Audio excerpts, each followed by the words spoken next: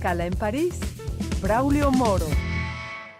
Bienvenidos a Escala en París, una emisión de Radio Francia Internacional en colaboración con France 24 en español. El mundo de los museos está agitado por un debate que circula alrededor del mundo desde hace algunos meses. El debate en torno a qué es hoy en día un museo, qué lectura se puede hacer y para qué sirven estos. En este sentido, saludamos aquí en nuestros estudios la presencia del ministro de Cultura y Patrimonio de Ecuador, Juan Fernando Velasco. Señor ministro, bienvenido a esta Escala en París. Gracias, Braulio. Gracias por acompañarnos. A finales del 2019, el Consejo Internacional de los Museos se reunió en Japón para discutir, en presencia de más de 4,000 especialistas, curadores, historiadores, precisamente cuál es la definición que habría que hacer hoy en día de lo que es un museo, entendiendo que fundamentalmente los grandes museos hasta hoy reflejan la historia y la visión de los vencedores. Después de una semana, ellos no lograron ponerse de acuerdo, pero hicieron una propuesta de definición que me permito leer. Decían ellos: los museos son ahora espacios democratizadores, inclusivos y polifónicos para el diálogo sobre los pasados y futuros. ¿Qué opina usted, señor ministro, de este intento de definición? Bueno, entendemos claramente el desafío. Efectivamente, el museo cuenta una historia y quien cuenta la historia es quien tiene esta percepción de qué es lo que sucedió. Evidentemente, sucede en los textos escolares. Nosotros, por ejemplo, en Ecuador contamos una historia sobre la conquista inca, en donde Atahualpa es el héroe y Huáscar es el hermano traidor. Nuestros hermanos peruanos en sus mismos textos escolares, por ejemplo, se refieren a Huáscar como el héroe y a Atahualpa como el hermano traidor. Es esta analogía la que nos permite entender cómo efectivamente quien cuenta la historia en un museo tiene una perspectiva muy particular. Más aún, este desafío se vuelve complejo en un país como Ecuador, como el nuestro, en donde tenemos 14 nacionalidades que tienen su percepción y su historia. Un museo nacional cobra una complejidad aún mayor cuando tenemos que contar la historia desde 14 perspectivas diferentes. Me parece que finalmente la definición de Japón tiene que ver mucho con esa capacidad de tener una percepción multicultural y desde muchos enfoques para contar esta historia que represente a todos. En este sentido, se trata de una redefinición completa de lo que ha sido la historia de los museos o la visión con la que se presentan, sobre todo los grandes museos, donde decíamos generalmente el que presenta la historia pues es el que ganó un combate, puede ser un conquistador, puede ser un aventurero, puede ser finalmente una visión muy occidental. Sí, efectivamente, para nosotros, países que hemos sido excolonias siempre, que somos excolonias siempre, es una experiencia, digamos, de asombro ver los museos que cuentan la historia desde la otra perspectiva, ¿no? ¿Qué es la conquista? ¿Qué pasó en la conquista? ¿Cómo se entiende este encuentro, digamos, entre las culturas y cuál es la versión del colonizador? Y en ese sentido, los grandes museos que están siempre pues, en los centros imperiales, digamos, cuentan una historia con la cual, por ejemplo, los latinoamericanos no terminamos de sentirnos representados. Es un desafío, me parece, a todo nivel y yo creo que es parte de esta redefinición encontrar esa historia que cuente ambos lados, ¿no? No es fácil, no es un trabajo menor. A todos nos cuesta entender el otro lado y más aún dejarlo plasmado en un museo nacional, pues es mucho más complejo aún. Juan Fernando Velasco, América Latina sin duda alguna es una región muy rica en historia, en etnología, en grupos étnicos, en orígenes. Usted como ministro del Ecuador, en su país se ha abierto el año pasado, han creado el primer directorio de la red ecuatoriana de museos. Entiendo que incluye aproximadamente 175 museos de 22 provincias. Díganos, ¿para qué sirve esto de manera resumida? Pues lo que estamos haciendo es implementar algo que está en la ley, que es crear esta red de museos. De esta cantidad de museos, 7 pertenecen al Estado ecuatoriano a través del Ministerio de Cultura y Patrimonio. Tenemos museos arqueológicos, de arte, de ciencia, etcétera. Y básicamente entendemos la necesidad y la prioridad que debe tener la construcción de museos para el estudio, para la investigación, para una práctica ciudadana permanente.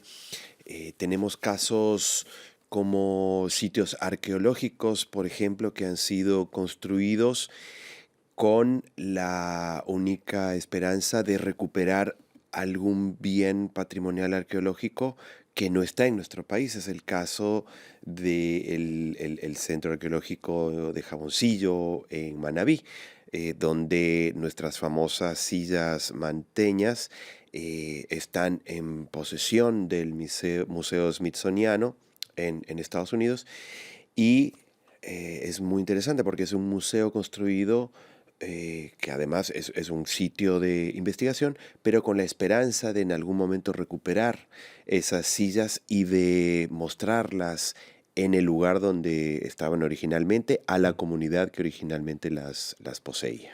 Vamos a volver sobre ese tema que me parece muy interesante, la restitución de piezas que han Ujú, salido de su país de origen. Pero antes de eso, yo quisiera tratar con usted mascarillas teotihuacanas, ujú. joyas, por ejemplo, de Brasil. Ustedes tienen el caso de las cerámicas de Jama Coaque, si entiendo bien. Hay una larga lista de bienes históricos de América Latina que están en peligro precisamente. ¿Qué está haciendo a este respecto el gobierno de Ecuador precisamente para recabar, para recuperar esos bienes? Yo entiendo que el año pasado lograron repatriar de Alemania casi 500, más de Sí, 500 sí. piezas arqueológicas Ujú, que habían salido indebidamente de ahí. así es. ¿Cuáles son las medidas que toma el gobierno para esto? Bueno, tenemos políticas muy claras. Tenemos una comisión formada de alto nivel, liderada por el Ministerio de Cultura y Patrimonio, en donde está la Policía de Ecuador, la Cancillería y otras instancias, con la que hacemos control permanente, no solamente en las fronteras, sino que control permanente con respecto a lo que sucede en el mundo y hacemos esfuerzos por recuperar estas piezas que han sido ilegalmente sacadas de nuestro país. En algunos casos, como el caso de Alemania, contamos con la colaboración de quien tiene estas piezas y que entiende que han sido adquiridas de manera ilegal y colaboran con este proceso de repatriación. En otros casos nos tenemos que enfrentar a largos juicios que requieren de mucho dinero y esfuerzo y tiempo para recuperar estas piezas. Pero hemos hecho esfuerzos que nos han permitido recuperar una gran cantidad de piezas durante los últimos años, que son piezas que le pertenecen al Ecuador. Juan Fernando Velasco, usted hacía referencia a estas sillas que están en el Museo Smithsoniano. Tenemos también los casos de museos muy famosos, el Museo del Louvre aquí en París, el British Museum en Londres, Pergamon en Berlín, el Museo Etnológico en Viena, museos muy conocidos, pero que a veces, dijéramos, esconden historias muy gloriosas. Y en este terreno a mí me llama la atención una cosa. Hace poco el gobierno francés buscó restituir aproximadamente 30 piezas al gobierno de Beni, de piezas que habían sido saqueadas por las tropas francesas allá en el siglo XIX. Y al mismo tiempo el gobierno de Beni dice, momento, no tengo dónde ponerlas. Esta restitución y esta preservación, una vez restituidas para que no se pierdan de nueva cuenta en el mercado, es uno de los principales desafíos que hay en países que buscan precisamente recuperar ese patrimonio. Es un tema muy complejo, tiene que ver con las constituciones de los diferentes países.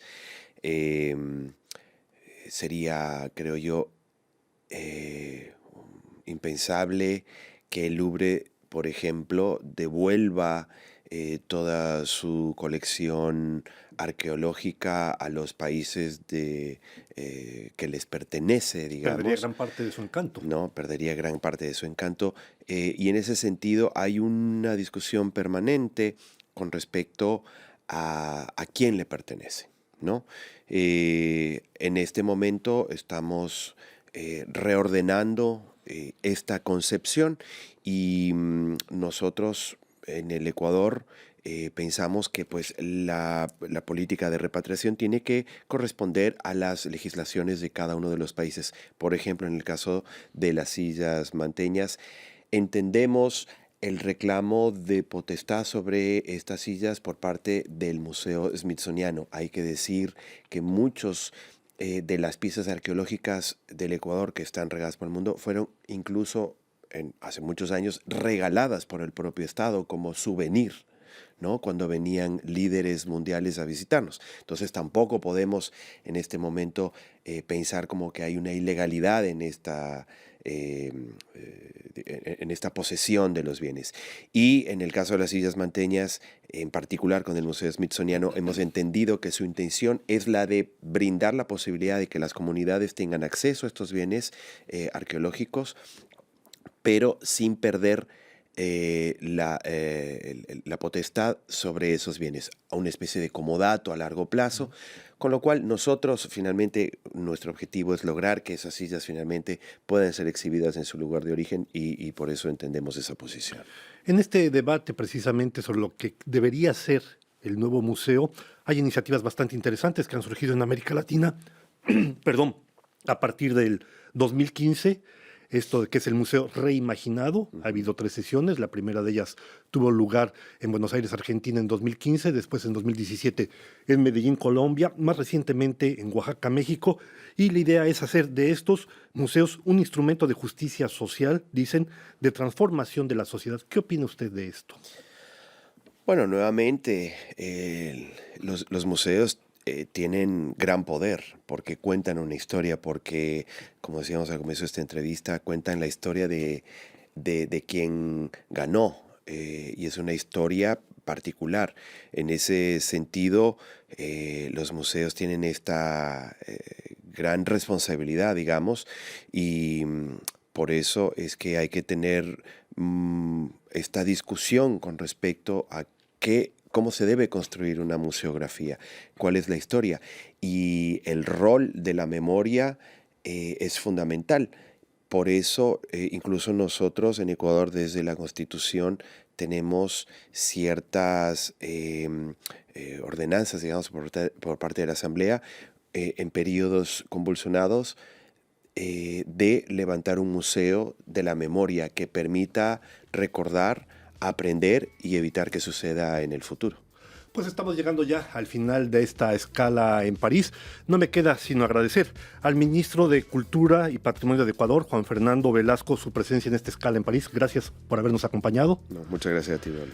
Y a ustedes les damos una nueva cita aquí la próxima semana en otra escala en París.